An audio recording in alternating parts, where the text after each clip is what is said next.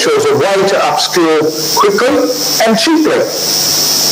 We also know from that Gartner Institute report that 58% of the workforce will need new skills to do their job successfully in the future. So if I'm looking to move to a different work situation, there'll quite likely be skills that I don't necessarily know for that. And so there are micro-credentials that I could do to prepare myself for that scenario. And so employers value this. They value the self-driven nature of employees who continually seek to enhance and add value to their skills, and in many cases they will pay for the micro-credentials for that particular person. Importantly, it's about also showcasing how and what we've done. I've already mentioned that I can choose where and how I showcase that. So it's important to showcase the micro-credentials for a number of reasons. One is to show that you are current and that you know your stuff now. It can be done through a standalone e-portfolio. I have an e-portfolio platform which I maintain for my academic purposes. On that platform there's also LinkedIn, of course, and I have a personal website as well. And so I can display my credentials alongside my more traditional qualifications. And it announces to everybody that I'm up to date. And so it can help me customise my resume, my resume for another job applications in industry. And it announces to everybody that I'm up to date and provide a focus because of micro-credentials that I'm sharing in my online CV. And it announces to everybody that CVs are moving into this online environment. In the LinkedIn sites and things like that. So employers are interested in that skill development, and it's a way of differentiating yourself. So a couple of examples. So for different professions, if I'm in education, as a teacher, I might want to do a micro-credential enhancing my teaching or leadership skills. It might be around classroom management, it might be around curriculum development, it might be around the use of educational technology. If I was in business, in terms of project management, it might be data analysis to advance my career. If I was they could do a skill of efficiency in scientific techniques or some safety protocols. But what if I'm an historian? What would a micro-credential do for me then? A skill, I could get a micro-credential in historical research or preservation or interpretation. There's a range of different things you could do because even in the field of history, people are starting to find new ways of doing things and new techniques for displaying that. Importantly, though, for institutions, you must have a policy and a procedure. So here is our policy, our micro-credential policy and procedure. So we outline the types of things that we're allowed to do. And the landscape around the policies and the regulatory frameworks are rapidly evolving in many countries, including the Commonwealth ones. And essentially they provide that level of quality and credibility to our programs. Particularly for a university, this notion of quality is very important because that helps us market our programs. And let's have a look at what some of the other Commonwealth countries are doing in this regard. So in the UK, they have what's called characteristic statements around the micro-credentials, and they were developed in May 2022. And so their initiative came from the UK Quality Assurance Agency and collaborative enhancements projects that they had, and so they developed their characteristic statements. And they offered some funding for those institutions who had developed micro-credentials based on those characteristic statements. And these programs they're really designed to support the workforce, to upskill the workforce and encouraging lifelong learning through these short, flexible courses. In Canada, the colleges and institutes group. Initially Canada was quite dispersed. They had a range of, you might know in Canada there's a French-speaking part of Canada, an English-speaking part of Canada, and so they had quite a diverse system. But they got together in 2021 and developed the status of micro-credentials, and now many of the provinces have come together and have agreed on the way in which micro-credentials should be offered, and so and now they have a nice succinct definition of what a micro-credential is. In Malaysia, we have the guidelines for good practice in micro-credentials, and so they were developed fairly early actually. They were one of the first countries to develop their practices and guidelines in their 2020 guidelines for good practice, and that allowed degrees to be unbundled and to be able to be stacked and things like that. In Australia, I worked with a number of people, and in November 2021 we developed the National Credentials Framework, National Micro-Credentials Framework, and that is aligned to what's called our Australian Qualifications Framework. So micro-credentials are part of our qualifications framework, so long as they're assessed, and I mentioned that they have to be assessed. But the micro-credential has to align itself with that OQF. It doesn't stand as a qualification in itself, so it's not a degree or a graduate diploma in itself, but it leads towards one, so it can be fitted within that, whether it's through that stack of emotion or through the concept of RPL, the recognition of prior learning.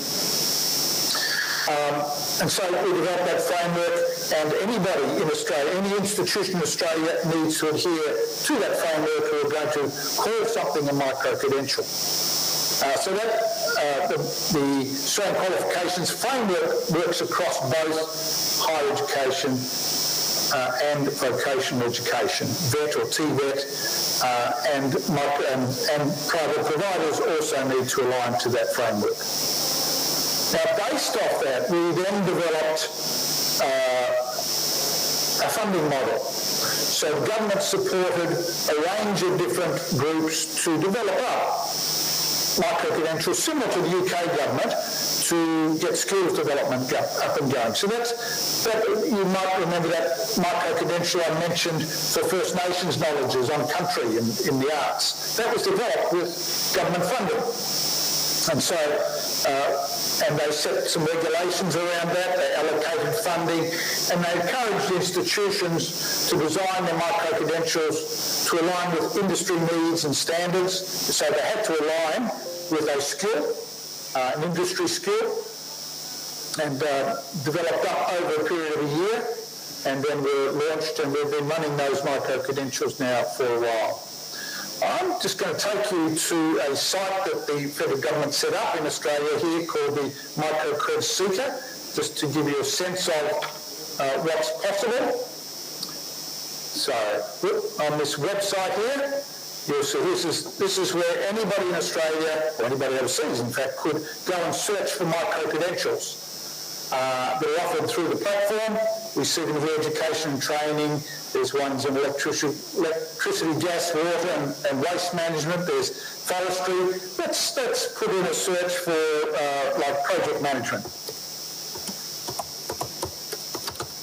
Project management, okay. And it's going to give me a whole range of micro-credentials on project management offered by here the Australian Institute of Management, the University of Adelaide, Central Queensland University, Bond University, a whole range of different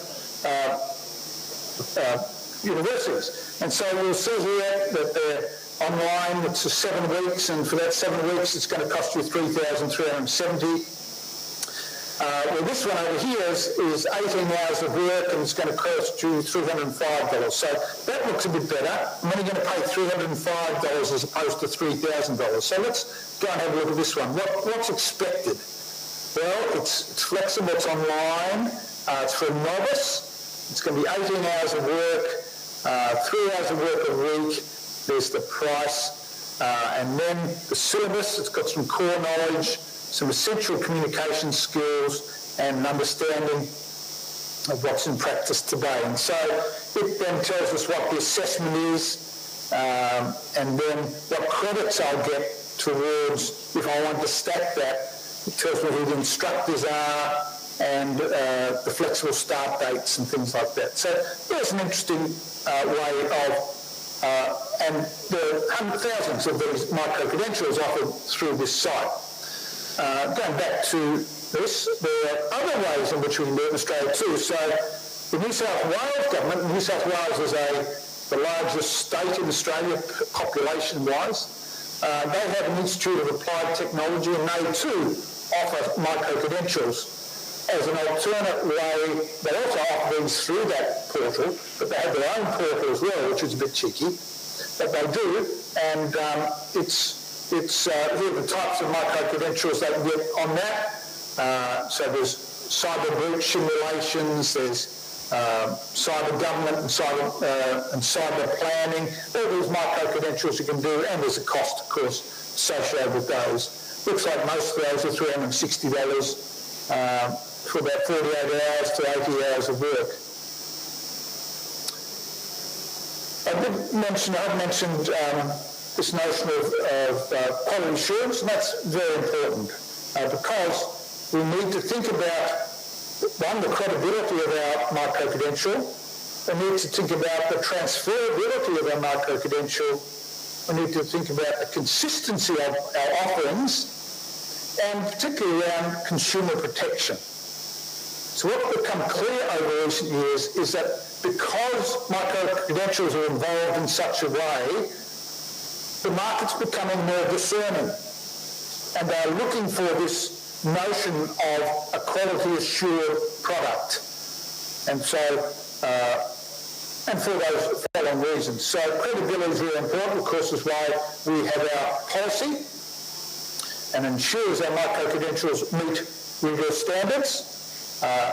We are accredited for recognised bodies to validate those programs. So if I'm doing one in engineering, I'd want Engineers Australia to validate that micro-credential. In Australia, the accreditation of micro-credentials needs to comply, as I mentioned, with that AQF and the micro-credentials framework. So there's an extra level of protection there. And then the institution needs to have their own policies and procedures in place, as we do.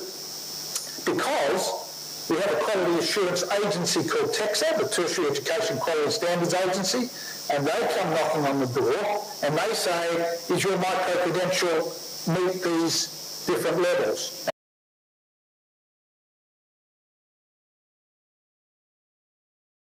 It goes with that.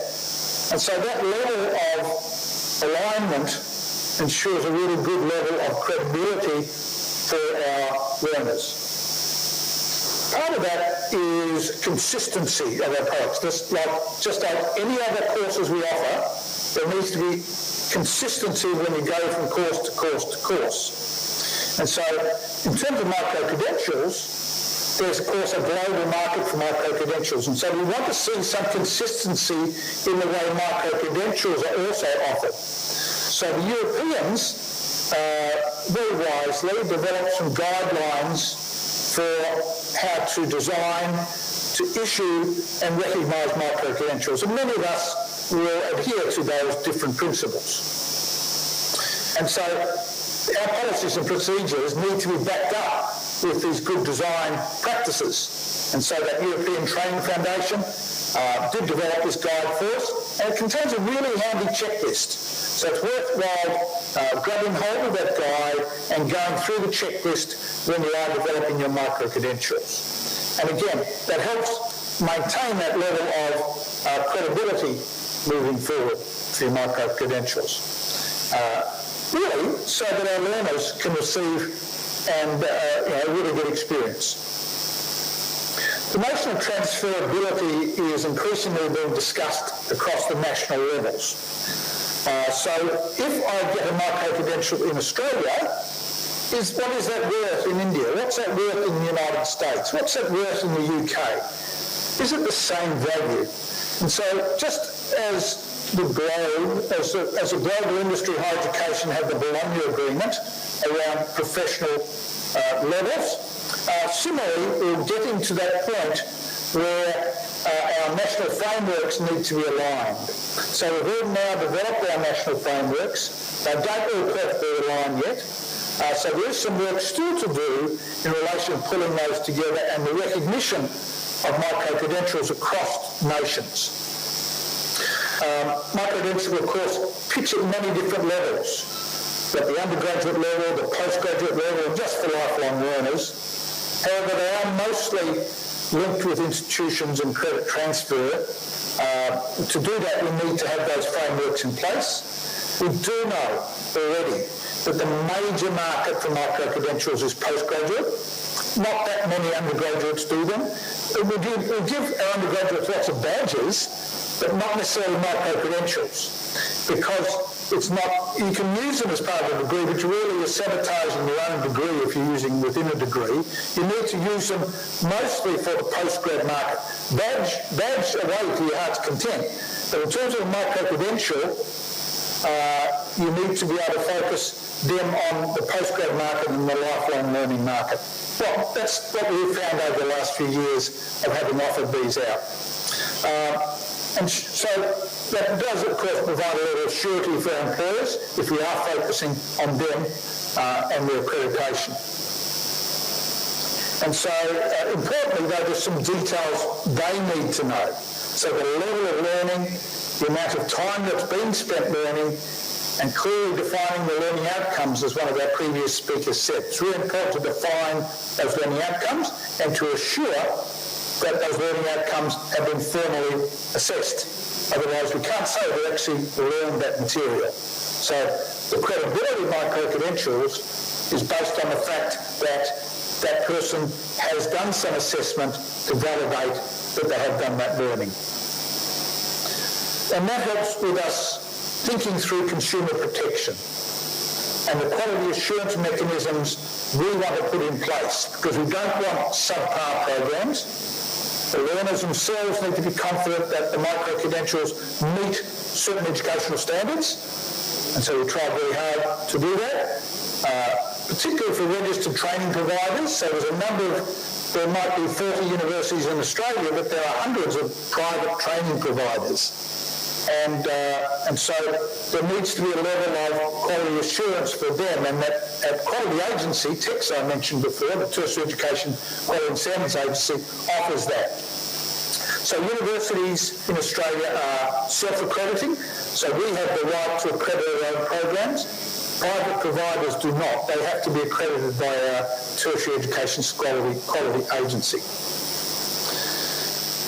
But Wang said last year that a important part of the bigger ecosystem micro-credentials form. So, in conclusion, I just want to say that we've really seen this evolution of micro-credentials becoming a prominent feature of what we would see as our contemporary education and professional development schema here in Australia.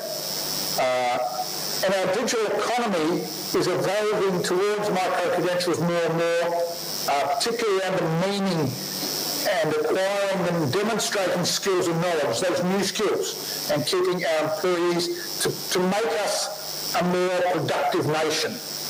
And so quality assurance and accreditation is paramount to that, because people don't want to waste their time studying micro-credentials that are not accredited or don't lead to something else. So students can leverage these credentials to acquire specific career skills and to help identify, it's part of our job as our institutions, as our universities, to provide pathways for these students to know that if they're going to do this, they're going to get that, and this is going to help them become better professionals. It's about helping them to showcase those achievements through the allocation of badges and certificates and things. And it's about doing this in partnership with employers to help their professions grow as well. So I think that's really what I want to share, and am open to questions, though it is apparently quite hard to hear. So I'm going to stop sharing now and come back to myself on the screen.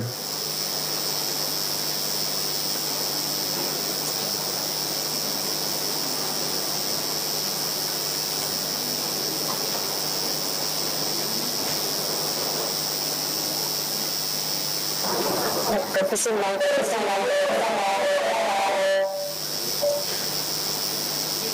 which I think Okay. So look.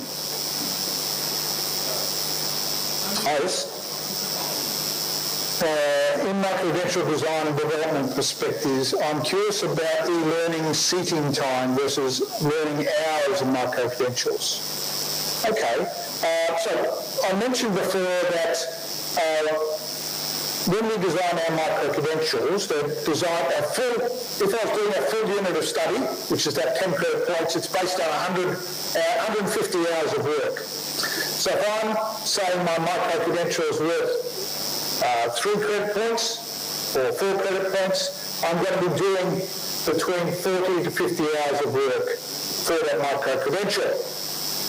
And so that is a combination of listening to lectures, reading materials online, and doing assessments. And just like we design our normal courses to do that, we do that with micro-credentials as well, but we're really being quite explicit. With our micro-credentials, we don't want that there's less learning outcomes we have to deal with, so we're probably only dealing with 3 to 4 learning outcomes as opposed to 6 or 7 learning outcomes per course. So that makes it easier to align, but there is this notion of read, listen, self-test. Read, listen, self-test that leads towards the creation of something to help that learner demonstrate the skills. So it's not just about quizzes, because we know in the age of generative AI that quizzes are really easy to cheat. So we don't want that to be the case, but it might be the development of a learning plan. It might be the development or we might do some peer assessment and things like that as well. So we are conscious that in the age of generative AI, things are changing quite a bit, and so we're moving away from things like quizzes for summative purposes. We're using quizzes for formative purposes to help learners understand the information, to process information, but in terms of summative, we're using other forms of assessment. So I hope that helped in terms of the amount of hours, and do the impact of the design delivery, and do they impact yes, they do impact the design, because we are talking only of a portion, we're talking about specific pieces of knowledge, not a whole 150 hours of work here. We're talking about 30 hours. So it might be that in our normal courses we might deal with 3 or 4 topics, in some cases more, we're dealing with 1 topic. And so it helps us focus, to provide that extra level of focus on that 1 topic. So those best practice and guidelines are found in that European document that I shared before, and that's probably one of the better ones I've seen in terms of the checklists that you would consider moving forward. Number 2 there, impact of progress of AI on designing. Okay, so yes. So we're seeing a number of our learning management systems increasingly incorporating AI technologies into those learning management platforms, and a number of the tools associated with learning management platforms also now have AI embedded in them. And so we're seeing that it is something we want to help students come to terms with. We know from PricewaterhouseCoopers, a major accounting firm in the United States, they did a study of industry in the United States. We know that 74% of industry are using artificial intelligence and are using it in their businesses on a regular basis. So in preparing our learners, we need to prepare them for this notion that they are entering an AI-enhanced world. And so we need to be encouraging them in the use of AI, but in ways that is not doing the work for them, but engaging with it to help them come to the learn. And that's why the reworking of assessment is really important. So not essays, not quizzes, but much more practice-based, much more reflective, being able to demonstrate particular skills. If you are going to do a exam or something like that to test your skills, it has to be invigilated. Otherwise, we don't know that those students, gone are the days of uninvigilated online open book exams. We just can't do those anymore because it's so easy to cheat. And so it does mean that we're changing the way in which we assess. There should be any possibilities to collaborate with your institution and Australian universities for developing micro-credentials. We are I'm just completing some work with the Commonwealth of Learning as we speak, actually. We've created a micro-credential on developing micro-credentials, and I'm one of the leaders of that course. And so that will be released fairly soon. I'm not sure when of the date that is being released. But in that course, we've worked through some of the information I've shared today, which is really coming out of our module 1. We've got 5 modules. Development of, and 2 of those modules are around designing and developing micro-credentials. Then we have a module about quality assurance and marketing and micro-credentials, and then we have a future, what's happening in the future type scenario. So we'll be able to release that fairly soon, I'm hoping. All the videos are made, all the quizzes are done, we're just polishing that off at the moment. So very happy for people to be involved in that. It's a micro-credential on micro-credentials. Wonderful. So I think that's all the questions I have there, unless there's other questions that I might have missed.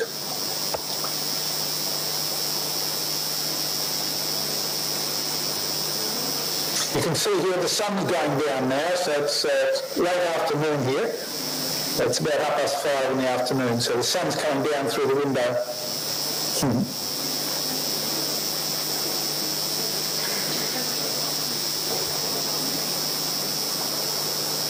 Is there a minimum or maximum duration?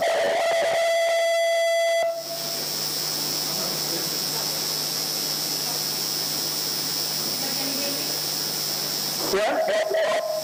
Thank you so much for joining us and gave us an insight on micro-credentials. Thank you so much. Thank you, Rob.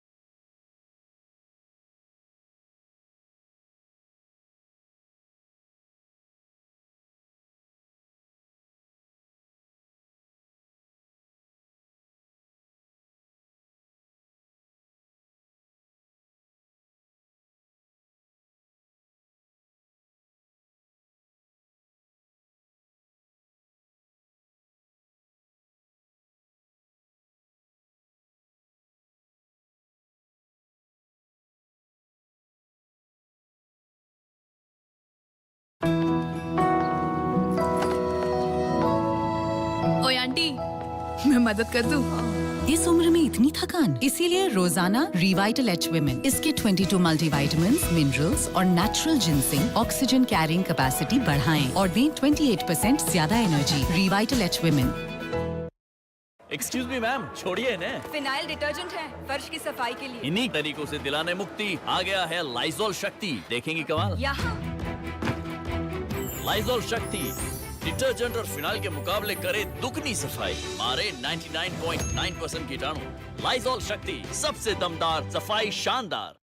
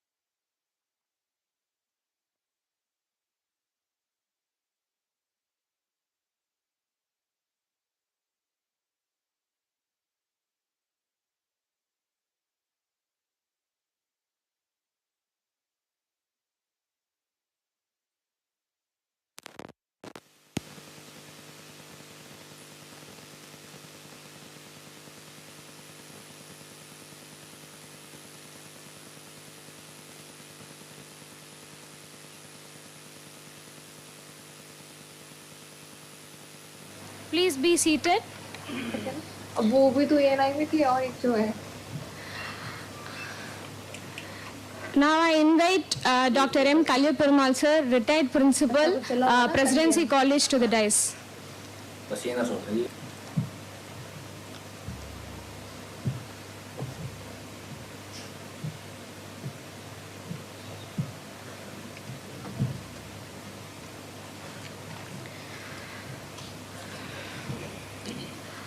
I invite Dr. S. Subramanian sir, Chairperson, Faculty of Arts, to deliver the welcome address.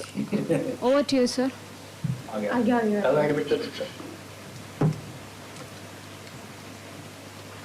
Okay. Good morning, everyone present here. Yes, sir. Actually, At the outset, I sir, please rotate apologize your camera, sir. for Just a moment. late It's beginning very of difficult to do this that. program due to me. Just a moment. Sir, Actually, Just I am not well today. Okay, so we can start I now. requested Professor Armugam What do you want to see on to that, sir? leave me, but due to absence of our सुना नहीं था Honorable Vice Chancellor and our Registrar, three they Olympics, both are held up with some other important government assignment at Anna University. I rushed to attend this तो उन्होंने कहा यार program. ऐसे तो नहीं होता like 100 ग्राम में आपको With this apology note, I start my welcome बहुत address. सारे लोगों को टेक्निकल चीजें होती है नहीं मालूम जैसे 2 वेट मशीन होती है वहाँ पे Today, और the उसके World आप Constitution जाके, Day, first जो ट्रायल वेट होता very है clearly उसको check करते हैं stated कि by कितना weight है वहाँ पे our अपना research weight scholar देते हैं, Sangha उसके Kavi, बाद final weight in किया जाता है। democracy, तो 100 we are gram, enjoying all the के benefit होने के बाद उसको एक मौका through मिलता this है कि आप ultimately constitution. आपको First, we have to thank कि आप the architect of our constitution, Baba Saheb B.R. क्या आप लोग Ambedkar. इस चीज को लेकर Within, आवाज उठाएंगे आगे? His constitution लड़की के only, साथ अन्याय ना we are today leading a life with the peace, बस यही चाहता हूँ, prosperity, and smooth flow of every walk of life today. Thank you, sir. So here we have eminent personalities in both political science and public administration here. They are going to give elaborate deliberations on what's a future trend of constitution and all the related issues pertaining to a constitution. At the outset, I welcome our Honorable Vice Chancellor and respected Registrar in absentia, and also on behalf of School of Politics and Public Administration, I extend my sincere thanks to both Honorable Vice Chancellor and Registrar for extending their approval and also support to happening this program today. At the outset, I welcome Professor Dr. B.V. Muralidharan, who is a professor and head of the department and also dean for Department of Political Science